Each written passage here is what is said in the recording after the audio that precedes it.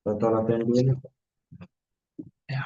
Halo semuanya, perkenalkan nama saya Marsal Manurung dengan NIM 11S23021. Jadi pada video kali ini saya akan menjelaskan tugas di praktikum keempat. Di sini ada bagian tugas modeling dan interpretasi output dengan dataset awit COVID data.csv.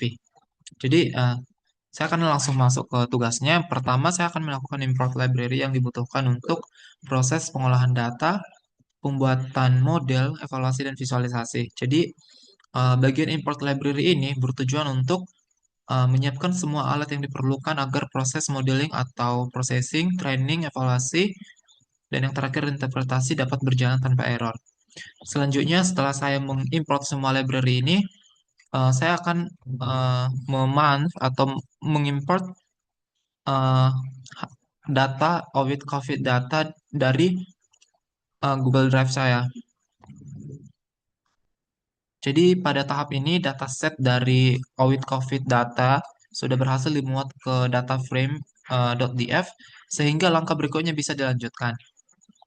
Selanjutnya ada set target dan feature. Jadi selanjutnya ini setelah dataset berhasil dimuat, saya menentukan target dan fitur untuk modeling. Jadi target di sini tuh ada new deaths smooth.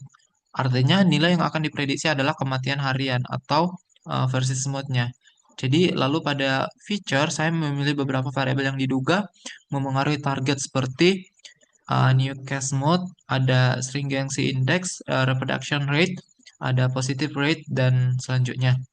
Jadi eh, dari output yang dihasilkan menunjukkan bahwa proses modeling sudah berjalan dengan baik, mulai dari pemilihan target new date hingga penentuan fitur-fitur yang relevan. Setelah model dilanjutkan, nilai evaluasi seperti R kuadrat dan RMSE digunakan untuk menilai performa prediksi jika R kuadrat semakin mendekati 1 dan RMSE semakin kecil, maka model semakin akurat dalam memprediksi data ujian.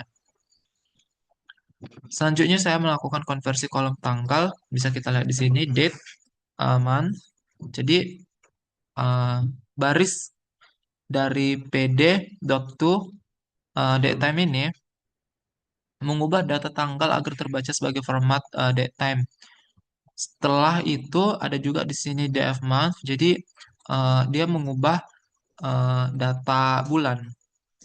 Jadi ketika dijalankan output yang terlihat setelah langkah ini adalah dataset memiliki kolom baru bernama month yang berisi angka bulan, misal 1 untuk Januari dan 2 untuk Februari dan selanjutnya, sehingga model bisa menangkap pola perubahan data berdasarkan bulan. Selanjutnya ada filter negara. Jadi di sini digunakan filter negara untuk berdasar negara dengan memilih country sama dengan Indonesia, sehingga dataset hanya berisi baris dengan location-nya itu di Indonesia saja. Karena tadi kan di sini dipilih country-nya itu di Indonesia. Setelah itu saya menjalankan drop now untuk menghapus baris yang masih memiliki nilai kosong pada fitur dan target agar data siap di proses modeling. Jadi ketika dijalankan, output bisa kita lihat menunjukkan bahwa negara yang dipakai adalah Indonesia dan setelah proses filter serta penghapusan data kosong atau missing value, ukuran dataset menjadi 501,10. Kemudian df head-nya hanya berisi 5 baris pertama data Indonesia yang sudah bersih, termasuk kolom target new date, smooth, dan fitur-fitur lainnya. Selanjutnya, saya akan memisahkan data menjadi fitur X dan target Y. Jadi X ini di sini itu ada feature dan Y itu target. Jadi ketika dijalankan bisa kita lihat dia kan terbentuk dua variabel X dengan tabel fitur dan Y dengan tabel target. Jadi dia kan siap untuk digunakan untuk proses train test split dan pelatihan model. Selanjutnya, saya melakukan pembagian data atau split. Jadi kan tadi saya sudah memilih bahwa X itu di feature dan Y itu ditargetkan. Jadi dia di split menjadi data latih dan data uji menggunakan train test split untuk dengan test size 0,1 dengan random state-nya itu 42 supaya hasil pembagiannya itu konsisten. Jadi ketika dijalankan eh, ukuran data setelah di split yaitu train size-nya itu 450,7 dan test size-nya itu 51,7. Ini berarti bahwa ada 450 data latih dan 51 data uji yang masing-masing memiliki 7 fitur. Selanjutnya, saya memilih model linear regression, lalu melatihnya menggunakan data training, X-training, dan Y-train. Jadi setelah model dilatih, saya melakukan prediksi pada data test, atau di sini ada X-test, sehingga menghasilkan Y-pred LR, kemudian performa model dihitung menggunakan R kuadrat dan RSME, lalu ditampilkan bersama contoh 10 eh, contoh prediksi 10 data berikut bisa dilihat. Jadi output dari R kuadrat sama dengan 0,884066 dan selanjutnya. Artinya model mampu menjelaskan sekitar 88% variasi dari new depth smooth sehingga performanya tergolong cukup baik. Di sini ada juga nilai RMSE-nya 157,581,630 sampai selanjutnya berarti rata-rata selisih prediksi terhadap nilai aktual sekitar kurang lebihnya itu 157. Jadi pada bagian contoh prediksi terlihat perbandingan antara nilai aktual versus prediksi untuk 10 data uji semakin dekat nilainya. Jadi contohnya di sini kan ada aktual 159 dengan data uji 193. Jadi dia tuh nilainya tuh udah dekat. Karena eh kan semakin dekat nilainya berarti semakin baik model memprediksi. Selanjutnya saya membuat model random forest. Jadi di sini ada random forest regression dengan n estimate sama dengan 300.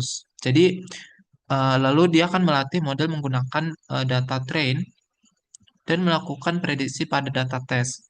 Setelah itu, saya menghitung nilai evaluasi R kuadrat dan RMSE-nya untuk melihat performa model. Jadi output menunjukkan bahwa nilai dari R kuadrat itu ada 0,9959, yang artinya dia itu mempunyai 99,6% variasi data, sedangkan nilai RMSE-nya 29,6256, artinya kurang lebih dari 30. Saya membulatkannya ya. Jadi sehingga errornya itu jauh lebih kecil dibandingkan linear regression dan model ini lebih akurat. Selanjutnya, saya membuat feature importance plus print. Jadi dari model random forest tadi untuk mengetahui fitur mana yang paling berpengaruh dalam memprediksi neo death mode. Jadi ketika dijalankan bisa kita lihat bahwa output menunjukkan fitur yang paling besar pengaruhnya adalah neo death smooth per thousand. Dia itu sekitar 0,4561 dan newcast smooth dengan 0,4557. Artinya prediksi kematian harian paling banyak dipengaruhi oleh jumlah tes per 1000 penduduk dan jumlah harian atau smooth. Pengaruh sedang datang dari reproduction rate di sini dengan nilai 0,77748.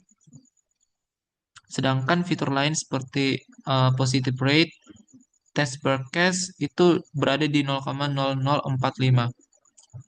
Jadi dia itu mempunyai nilai yang kecil yang menjadi pengaruhnya itu kecil karena nilai importance-nya kan sangat rendah tadi kan.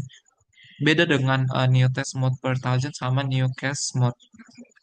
Selanjutnya, saya membuat visualisasi feature importance menggunakan grafik batang horizontal atau bar agar lebih mudah melihat fitur mana yang paling berpengaruh pada model random forest-nya itu. Jadi grafik di ini bisa kita lihat bahwa uh, new test mode per thousand dan new case mode memiliki bar yang paling panjang atau berarti dia paling berpengaruh kan dibanding Schrodinger's index sama test best case.